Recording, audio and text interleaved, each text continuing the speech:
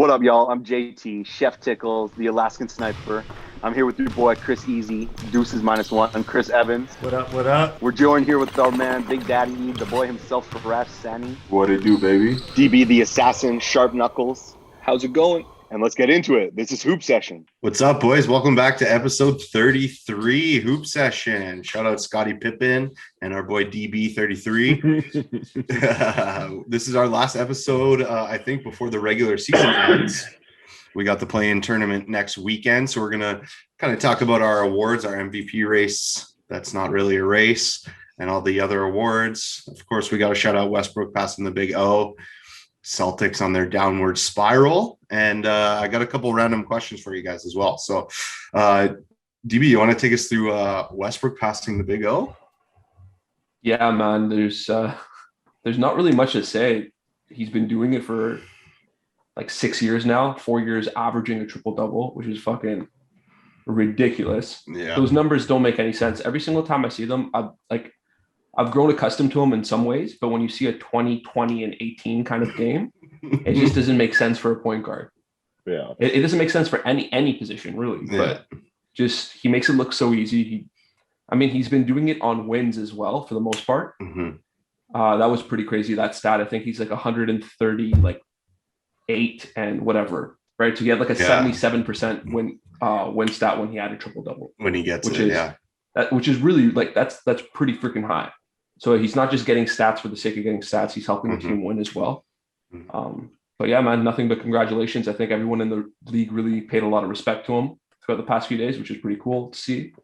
I just wish he would have made that All-Star game this year too. So Yeah, good point. Well, he still has a chance maybe to get to All-NBA. Maybe we'll get into that later. But I heard something crazy. Like he only had 30-something triple-doubles until 5 years ago. And then he just went insane in the last 5 years. Yeah. So it was like crazy. eight triple doubles in his first 6 seasons or something like that. Yeah, so crazy. It was something like ridiculous, and then just figured it out. Legit, yeah. Maybe, man, I gotta finally give Russ some respect. That was awesome. Yeah. For real. I watched that game, the Wizards Hawks game, the triple double record breaking game. Mm-hmm. It was so cool to watch. Yeah, like, really. it was just everybody was just following his stats. The Atlanta fans gave him a standing ovation after he got that last rebound. The one thing I'm gonna say, the last three, we get it, man. We get it. We get it. The last rebound. The last rebound. I wish that last rebound. It was one of those rebounds where he skyrocketed and get it in power. Yeah. Because he double took, and then I think it was Bertans or something like. Bertans like, nah. Realized Westbrook was there. He's like, no, I'm good. So I wish it was one of those like power rebounds, but other than that, like props to Russ, man. That was fucking unreal. For sure. Yeah. Man. Well, he got one like right before, and then they gave it to him, and then they took it away. And then the next possession, he went and got that one. Yeah, he's like, motherfuckers, this is mine. Can you imagine if Bertans would have grabbed that though? Like tipped it out of his way. Yeah.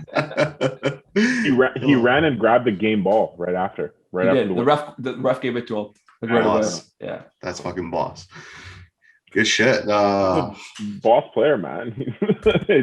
It's crazy. I saw on Instagram today that apparently in 2 separate interviews, Michael Jordan and Kobe both said that Russell Westbrook reminds them of themselves the most. And I'm just like, I'm like, God damn. Like at 2 different mentality, man. It's legit that mentality. Yeah, that's why. 100%. Exactly. To swing in an opposite direction, Chris, how do you feel about your Celtics right now? I'm ready to have a stress-free summer, man. That's what I'm ready for. Let my season end. Let my season end May 21st. Don't need to worry about the playoffs. What happened, man? Huh? I don't know. It was even before JB got hurt. It was just we tightened up at the end of the season, and it was just game over. Just 4 games. So JB is out for the year now, right? Yeah, he might be out for the first bit of next season too. What's his injury? A ligament torn in his torn ligament. In his wrist, yeah. Oh damn. Yeah. Crazy. Yeah, man. And then I don't know, the trading away Tice, I think was a big mistake. Now Robert Williams is injured as well. Yeah. They don't really, they'll probably be in the play-in tournament, but who knows if they even get into the first round. They'll be for sure in the play-in tournament. I think they'll play Charlotte first round. I think Scary Terry will have something to say about playing the Celtics in that first game. Gordon Hayward, if he's back as well. So I mean, that's a trap game, and then you get Wizards in the second play-in game. So I don't have too high hopes right now. Indiana has no chance apparently, man. No one. Nah. I haven't heard one fucking person say one word about Indiana, man. This whole time, ever. I can't, guys, man. Right, and Sabonis had that massive triple-double on the same night that Westbrook got his. Yeah, but still no love. Zero love for that team, man. They never get love in the first place, like just ever. No, ever. Even when they're kind of good, they're just like no one talks about Indiana ever. Yeah. Didn't they fire their coach mid-season though? Didn't they fire Nate McMillan like mid this year, or was that last season? That was last. Dude, everything's blurry to me. I think it was mid-season. Nate McMillan went to Atlanta mid-season this season. Yeah. But Indiana had the Raptors assistant for the whole season this year. Oh, okay. So it was mid last season though. Yeah. Yeah, well, I think McMillan was not working. He didn't have a contract halfway through the year, and then they just grabbed him. Yeah, interesting.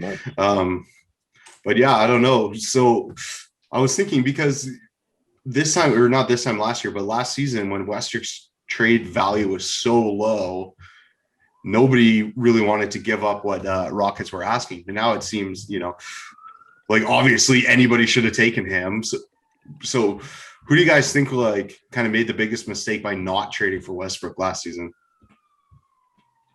Ooh, not trading for him. Yeah. From not trading Miami. Westbrook. Miami? Yeah. That's nice. Yeah. For me.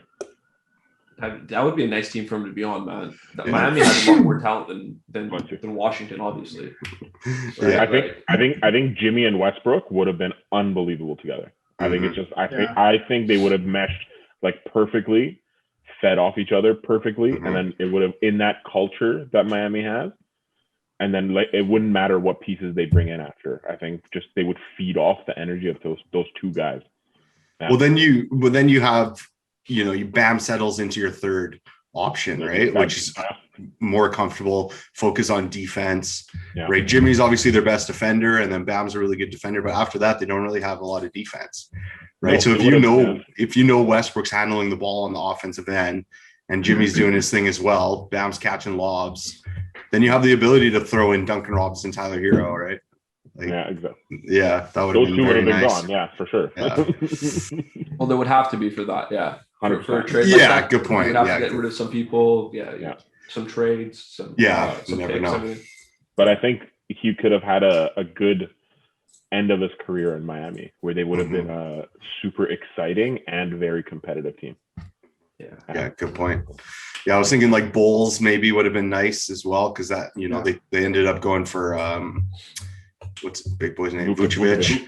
Yeah, and they're not looking like they're locks for the play-in tournament. They're in the East, so and then Celtics, man, Kemba for Westbrook. That would have been it right there. But would they have done that? Would the Rockets want Kemba for Westbrook? I don't think so. Man, it's to the point now for the Celtics where I'd rather have Terry Rozier than Kemba Walker. Yeah, that's what I said last week. No disrespect to Kemba, but just the fact that Terry Rozier is up and coming and Kemba's sort of on a downslide with his injuries. Yeah. It's the injuries. We should have kept Terry Rozier. Could have developed. I feel you, but it's also the team too. Yeah. I mean, look at Kyrie now compared to what Kyrie looked like with the Celtics too, right?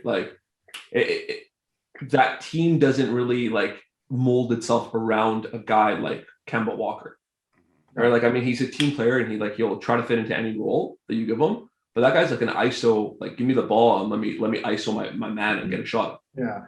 Right. And I mean, that system doesn't really play well with it, right? It's mainly try to get Jason Tatum the ball and let him be the man, right? Dude, it's crazy seeing the old Celtics from the Isaiah Thomas first seed dog Celtics.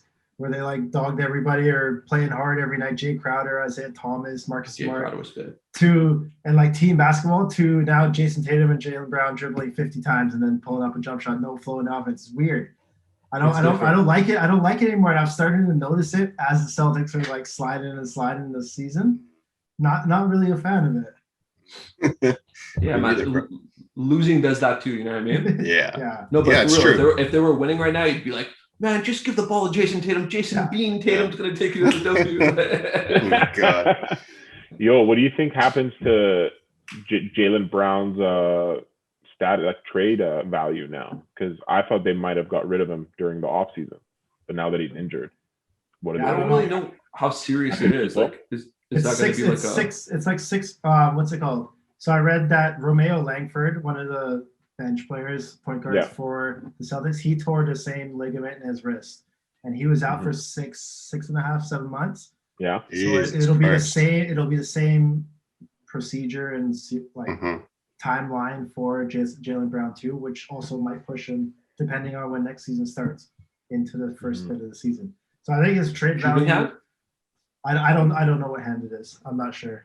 I haven't read into it too much. Yeah. But yeah. It seems serious, right? Yeah. Yeah. Oh yeah. 6 months is a huge injury, man. Yeah, dude. You have no off season. It's your hand, right? You can't lift. Yeah. Obviously, you can run. It's his left wrist. Okay.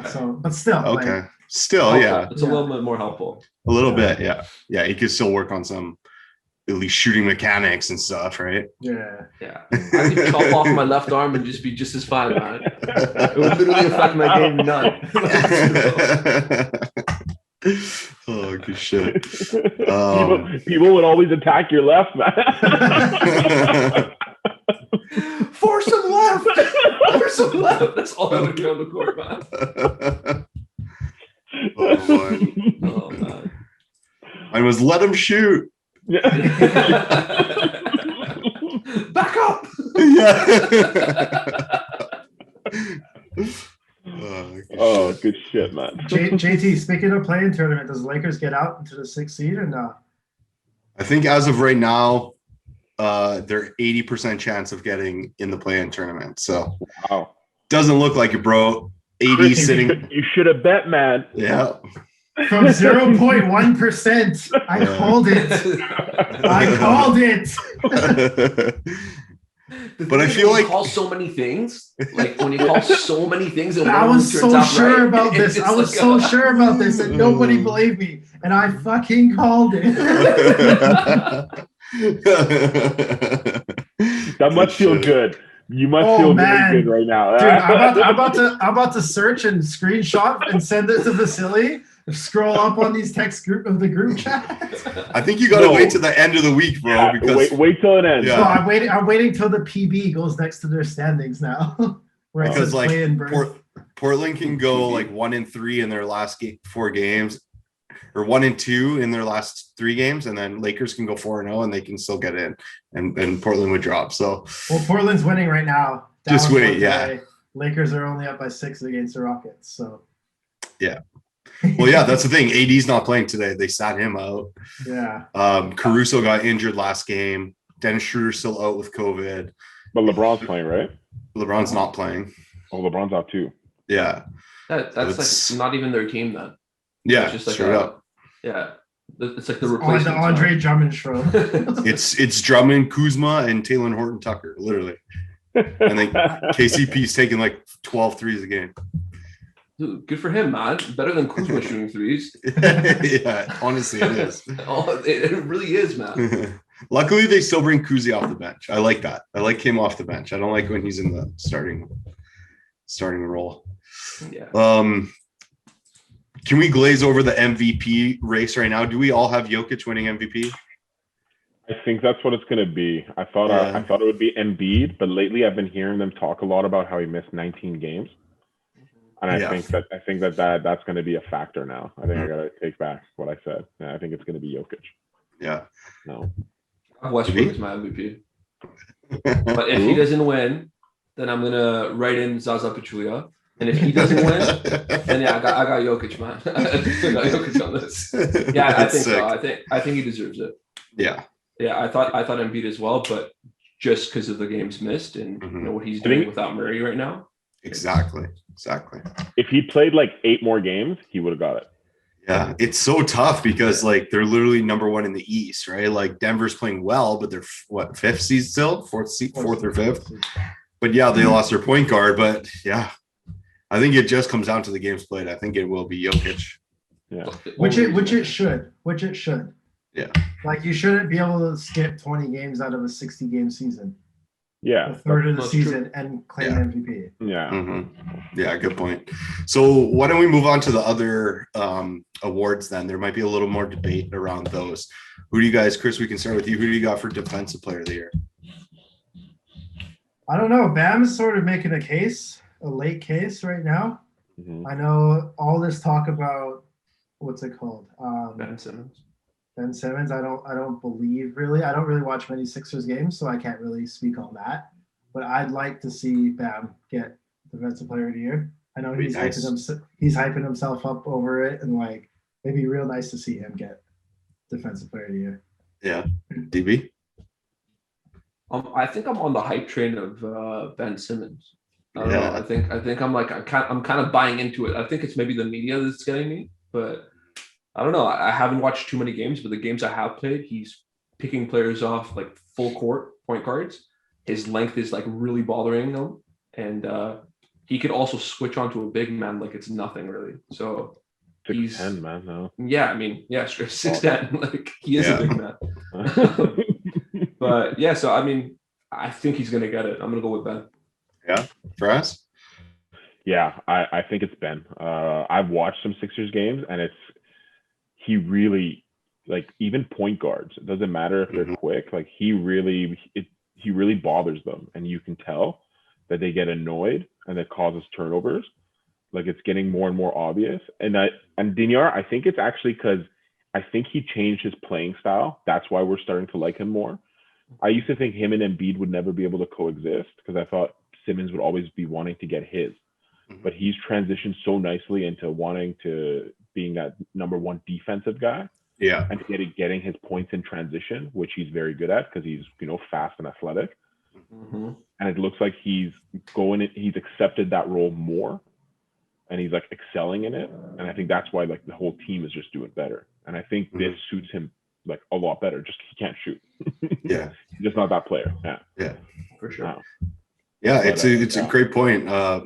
You know, he's one of those guys where like the stats don't really do justice because, like you said, if he's on their point guard or their off guard scorer, then they just don't go to that side, right? They try to play through the other focal point of the offense, right? So it's hard to say because it's like, shit, Ben Simmons one-on-one over in the corner there. Like, let's just not even try. Let's do a little pick and roll and see what happens. But obviously the bias of our group, I'm happy to hear nobody said the name Rudy Gobert, but I think he will win it.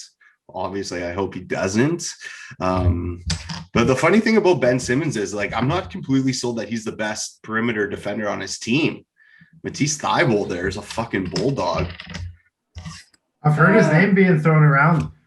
Obviously, like I can't speak on it because I don't watch Sixers games. But Yeah. I watched him play a decent amount actually, and he's good. He is really good, but I don't think he's actually even as locked down as Ben Simmons. I think he's just like considered a defensive player, so he gets hyped for being a defensive player. Yeah. You know what I mean? But I think Ben Simmons is better at offense and defense. So just and Simmons is I can see him being maybe better at guarding a smaller guy, let's say like a 1 or a 2. Yeah. But it's like Ben can guard 1 to almost 5. Yeah. Depending on the team. Yeah. Depending on the team. Yeah. Exactly. Which is like, you got to give it to him. Yeah. Like look at if a potential like Brooklyn matchup, you could put Ben Simmons on all three of those guys, KD, Harden, Kyrie, right? You're not going to put Thybulle obviously on KD. You know, obviously he's not as good a defender. Like you said, he's a little smaller. He's like 6'6" or something like that. Still a big guy, but he's still young too. But it's just kind of, you know, it's just the argument of like the Utah Jazz is based around Rudy Gobert, and then they have a bunch of like good players, right? They have like Royce O'Neal is like their wing defender. He's such a liability outside though. such a liability. He's like, when you Right? get a switch on him, it's just like, thank you, thanks for the points, Yeah. and Yep. I might actually put you out for the entire season by fucking putting you on your ass. So it's like, Yeah. like both are Mhm. options at that point, right? Yeah. You know you're gonna get to the basket, and you could just play with them. Mhm. Like, I can't imagine that guy getting switched out onto like James Harden and just being like, Exactly. okay, ISO, Exactly. let's see what happens Well, here. Let's say they go to the finals against Brooklyn. What the fuck are they going to do? Put him on KD? No. They're going to. Yeah. Who are they going to put him on? He's gonna get played off the floor. Exactly. Yeah, oh, for sure. In that series, he wouldn't be able to play. He Yeah. literally cannot play Yeah. if they want to go small, right? If Jeff Green or something's on the floor, DeAndre Jordan, they'll still put him on him, but they'll still fucking work him. But just to give him his credit, like it's the same kind of thing I said as Ben Simmons. Like people see him at the rim and they just dribble through, kick it out, take a contested three, right?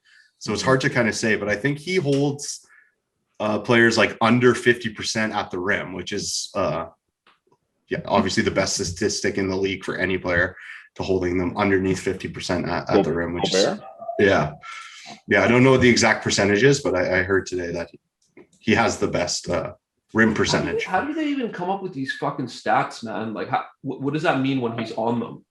Like, so if he gets beat off the dribble, it doesn't count, right? Because he's not on them.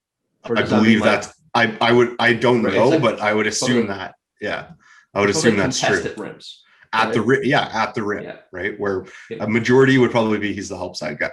I would assume, or like a post up.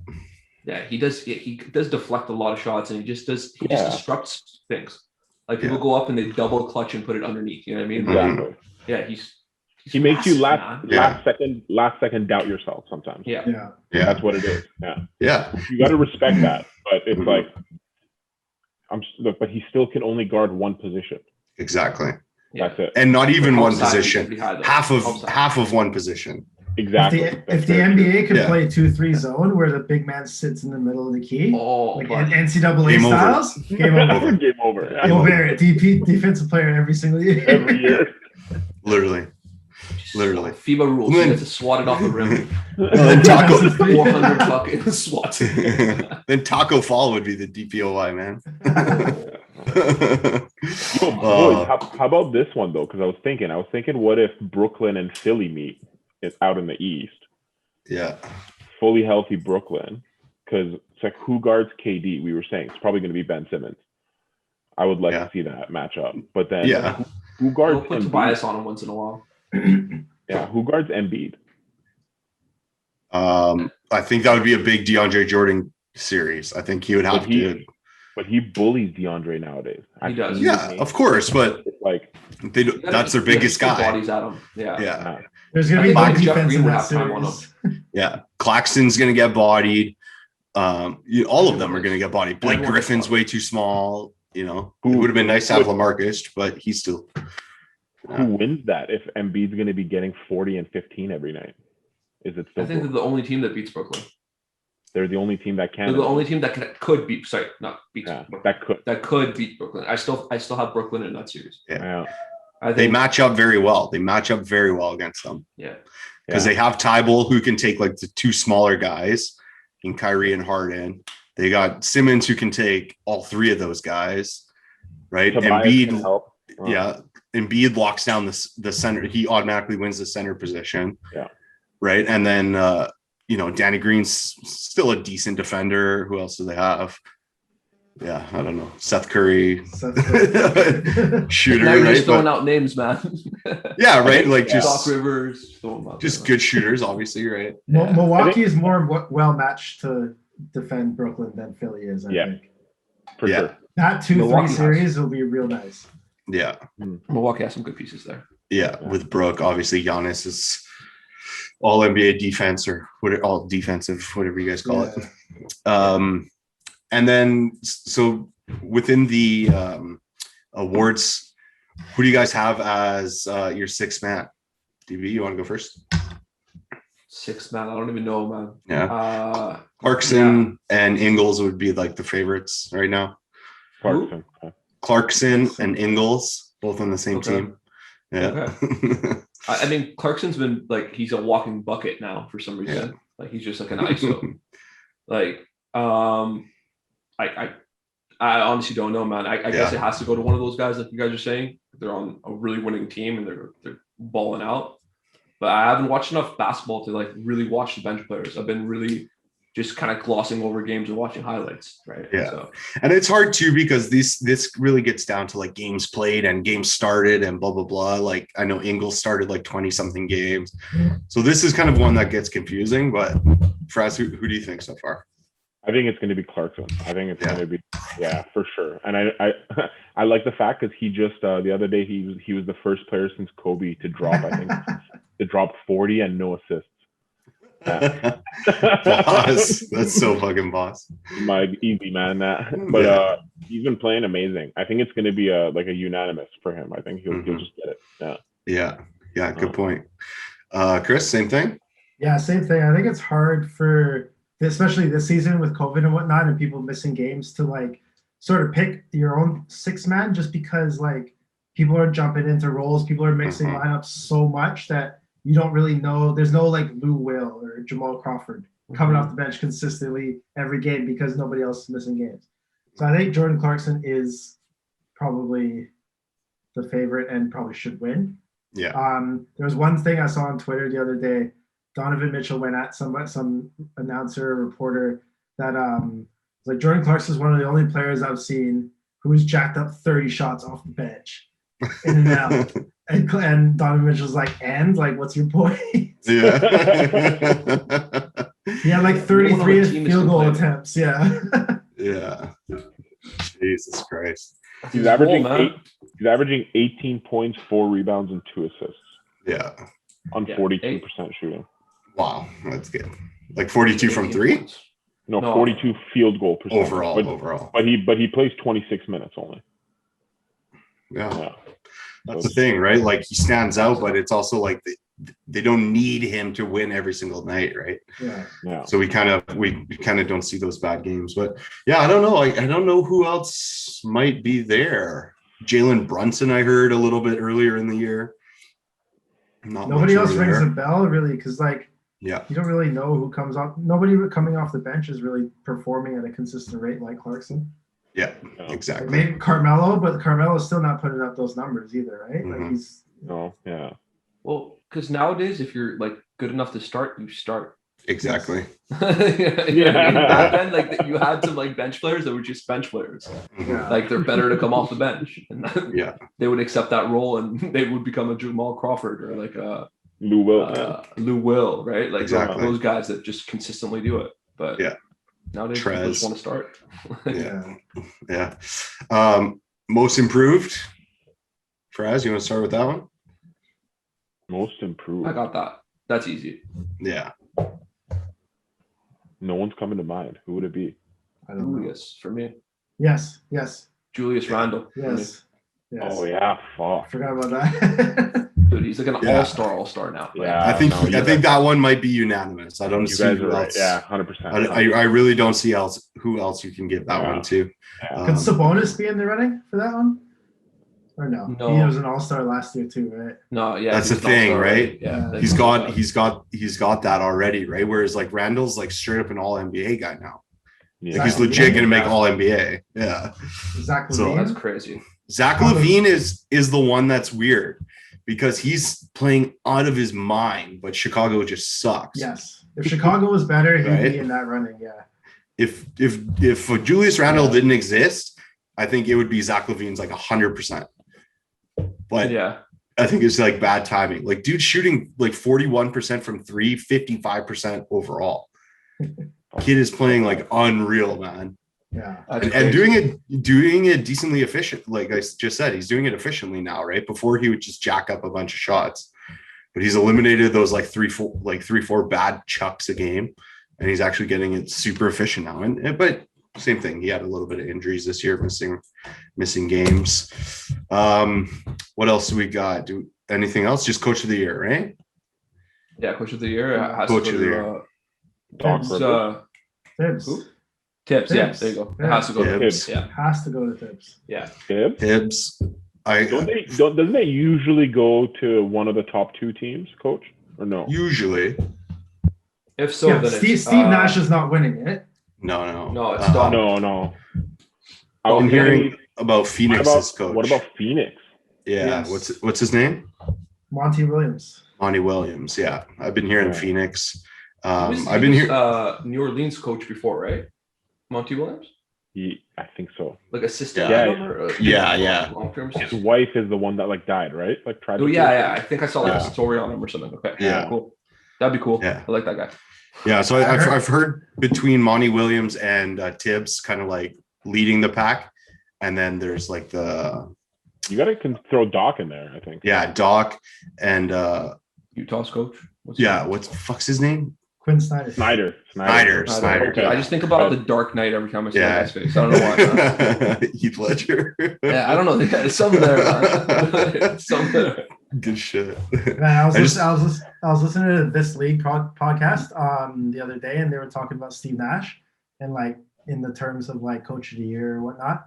But they compared Steve Nash to a substitute teacher who comes into the class like, you guys know what to do, just they're there to make sure things don't get out of control. Yeah. Do you think that's a correct statement right there with him in Brooklyn?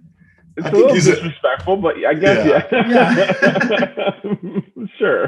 I think he's not getting enough credit. Like obviously, I think he's a really good coach, but it seems that way when you got those three guys on your team, man.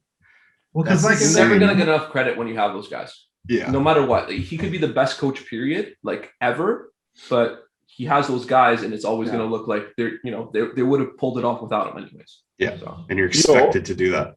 Is either KD or Harden a 2-time MVP? No, right? Just one each. Harden has 2, doesn't he?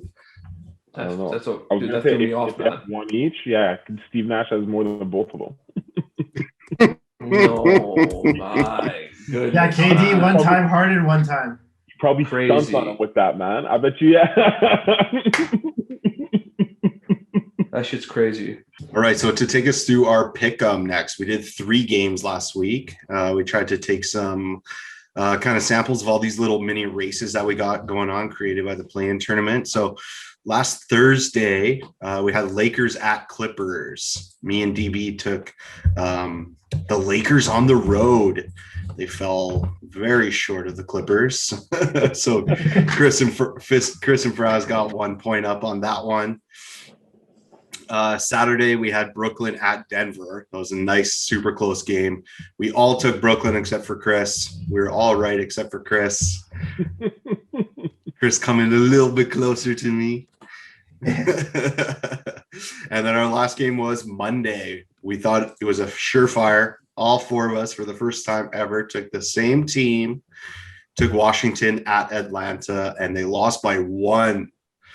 So did any of you guys watch any 3 of these games, DB? Was that last game the triple-double game? Mm-hmm. That was. Yeah. That was a triple-double game. Yeah. Yeah. I watched that. We already kind of covered that game, but yeah. Fuck, we all thought the way the Wizards are playing, they're going to win that game, but Bradley Beal's not playing as well. We couldn't have really predicted that was going to happen for sure. He's going to be sitting out. So yeah. Unfortunately, that Clippers Lakers game was nothing to write home about. I watched the first half and then circled back to the second half the next morning, and I was like, "What am I doing? I'm just getting destroyed." And to be honest, I didn't watch that Brooklyn game. But just to go over the standings, Faraz still in the lead at 12-7, DB at 10-8. Chris sitting at 500, 9-9, and I think I've clinched last place with 6-12. There's some kind of math difference. Yeah, how am I 12-7 and Dini's 10-8? Yeah, I'm probably 10-9, right? Yes, yeah, because we all got that last one wrong. My bad. So because I didn't update all of our losses because we all guessed the wrong one, right? Mm-hmm. So Faraz is. Sorry, go ahead. Faraz is 12-8. 12-7. DB is 10-9. Mm-hmm. Chris is 9-10, and I'm 6-13. There you go. Okay, makes more sense. Yeah. What's up, Chris? Should we do 1 game each for the last 4 days of the season, and then maybe you have a chance to catch up? Yeah, let's see who win. Let's see who can win. I think out of the 3 of you guys, if we do Yeah, we'd have to do what? 3 games or 4 games? There's 4 days left in the season. Okay, so let's do 1 game per day. Yeah. Okay. Faraz, So Each person picks a game. there you go. 0, buddy. You're gonna get his big 0 this week. You goof. Big, huh? Bro, I have to pick against him on every single one, or I can't get it. There's no way we can win. Okay, so let's pull up. Faraz has to pick first every single time. Down. Goof. Down to pick Yeah, first, man. Frez definitely has to pick first. Yeah. Okay, so tomorrow I'll pick tomorrow's game. Big one. I'm hoping Portland loses. We got Portland in Phoenix. Portland in Phoenix. Portland. Frez has to go first. I mean, I picked for him. He's gonna pick Portland. Yeah, Chris? Portland. I'm gonna go Phoenix. Okay, so Chris, the only one going Phoenix. I'm gonna take Portland as well because, like I said, I hope they lose so that Lakers maybe can sneak out. Friday, Chris, you got the schedule open? You want to take that one? Yeah, let's go Friday. DB, did you go Portland too? Yeah. Yeah. Well, I mean, that's okay. We're gonna pick 4 games. I'm 3 games behind you, right? Or no, I'm 2 games behind you. You're I 4. don't have to get them all different. You have to 2 get games behind. You're 2 Yeah, games I'm good. behind. Yeah. Cool. What Friday games? Yeah. Let's go. Ooh, there's all trash Ooh. games. Yeah.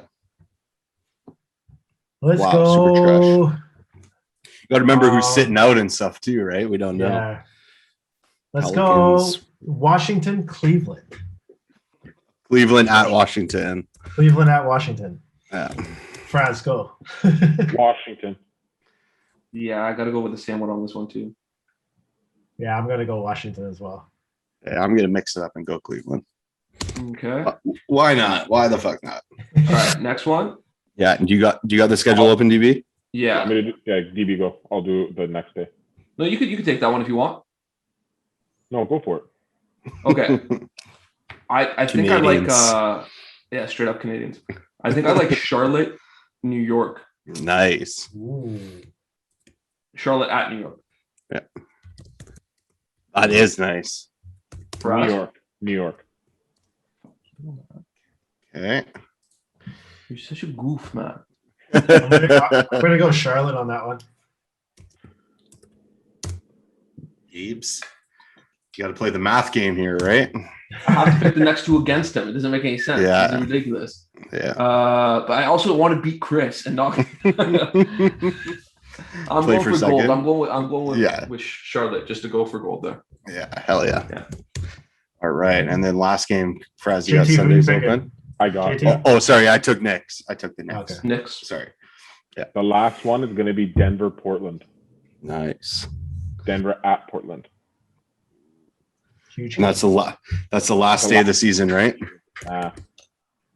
I go Portland.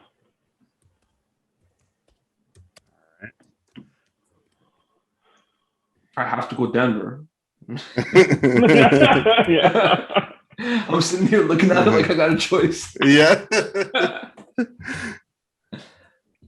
Chris? I want to go. I want to, but I have to. Fraz. I'm gonna go. I want to go Denver, but I'm gonna say Portland wins because Jokic sits his first game of the season. Okay, fair enough. Yo, how sick is this? Sunday, the last day of the season, all 30 teams are playing. There's 15 games. Massive. Too much, man. That's gonna be very It's nice. gonna be games all day too. Rain overload. Sunday. Yeah. Well, that's the thing. It takes out that chance of like, oh, well, so and so already won today, so like we don't have a chance, so we're gonna sit or like whatever. Yeah. Everybody's playing at the same time, essentially, right? Since I think at noon they start. So This like one of the last points. This what's it called? Play-in tournament really makes this end of the season fun. it does. Not gonna lie. Yeah. Mhm. Like that Knicks Lakers game the other day. That was huge, Yeah. right? Yeah, Yeah, straight it up. starts to matter more. You're right. All these games are more fun, right? We have races at random places throughout the standings too. Like Phoenix and Suns have been flip-flopping, and then like 5, 6, 7, keeps flipping in the West, and then Washington makes this huge stride. The only thing I would like to see maybe is that the number 1 seed can pick their first round opponent. JT's always going a little bit extra, man. No, because listen, you don't know who you're playing, right? There's a level of randomness to who's going to get that 8th seed, right? It's one of 4 teams. So if you finish first, if you have first place and you get screwed somehow and you get the Lakers, like, that sucks, right? Or you get screwed somehow. Like, you could potentially get number 1, 2, Phoenix and Utah, and you got to play Golden State and Lakers. It's like, fuck. That's actually what's going to happen. That's probably what's going to happen. Yeah, it looks like it, right? So I would like to see you can pick your first round opponent. That'd be pretty cool. That might be the first time the 8 and 7 seed won the first round together. Yeah, together. Both swept. They both sweep. Makes no sense. Yeah. No, that's true. But like this year is like a weird, like, off kind of year, right? Like, the Lakers are not supposed to be there, and the way that the Golden State Warriors are playing, they're not supposed to be there in that play-in, right? And then also the Suns aren't supposed to be there, so it should be actually flipped, really. And if you're the Lakers, do you really care if you play the Suns in the first round?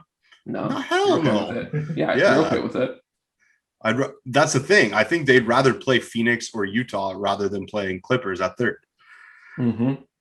So like, I think they're kind of like sat AD tonight. I think they're kind of leaning into this narrative of play-in tournament. They're going to go from the play-in tournament to finals, blah, blah, blah. But I got a random question for you guys. And of course, I didn't give you guys any warning, so I can get like your true answer. Faraz, let me start with you though. Let's say somebody asks you, who's completely not a basketball fan, but they're thinking about getting into basketball to watch this year's playoffs. Who should they watch as a brand new fan? What team should they kind of take on as their home team throughout the playoffs? This year? This year, yeah. Someone brand new to the sport? Yeah, somebody brand new. Hey, Faraz, I'm going to watch the playoffs this year. Who should be my team? Brooklyn. And why? Okay. I think they should watch Brooklyn because it would be the most exciting to someone like kind of newer to the game. I think it would just be more fun for them, and then they could actually it would be a positive start to basketball for them, so they can watch it. Yeah. DB, you want to build on that?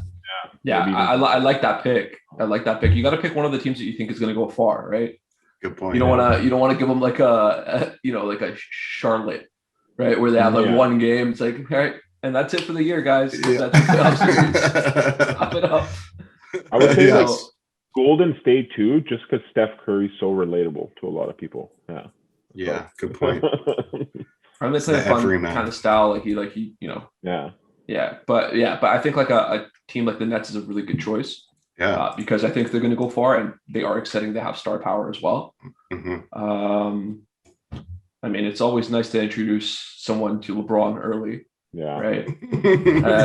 Especially like LeBron playing in the playoffs, right? He becomes a different kind of beast. I hope that's the case this year, and I hope his injuries don't like lag him behind. But that'd be pretty cool, right? Yeah, good point.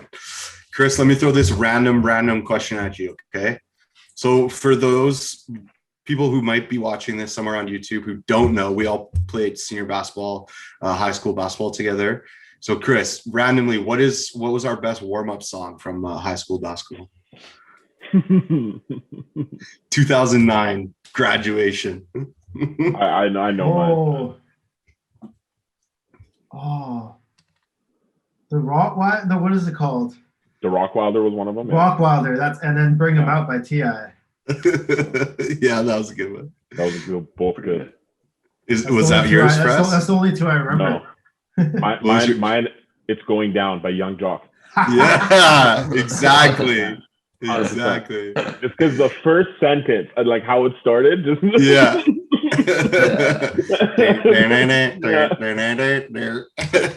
my face. I mean, every day. Yeah, man. Or if you're in Pit Meadows, you're listening to like Thunderstruck.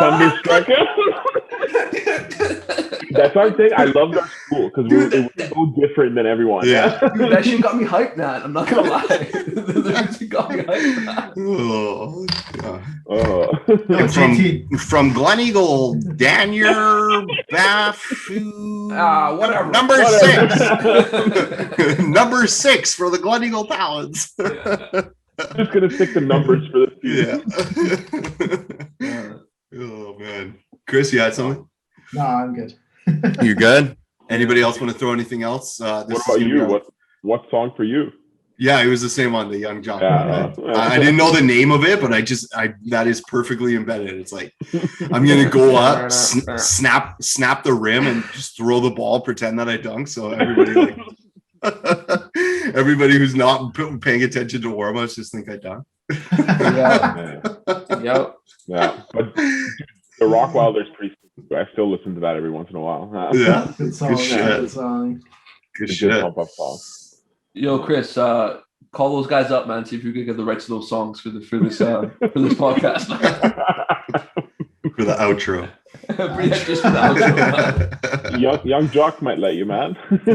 Who knows, He man? needs the money. Yeah, here's $20. They'll send you a cameo at the same time, man. Yeah, exactly. Shout out Glen Eagle Talents 2009.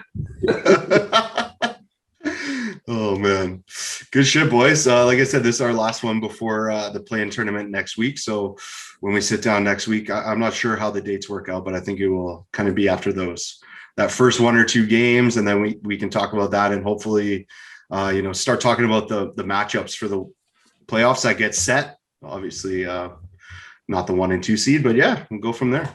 Thanks for stopping by to Sesh with us. If you like what we're doing, like, share, subscribe, tell a friend, tell your neighbor, tell your dog. Peace.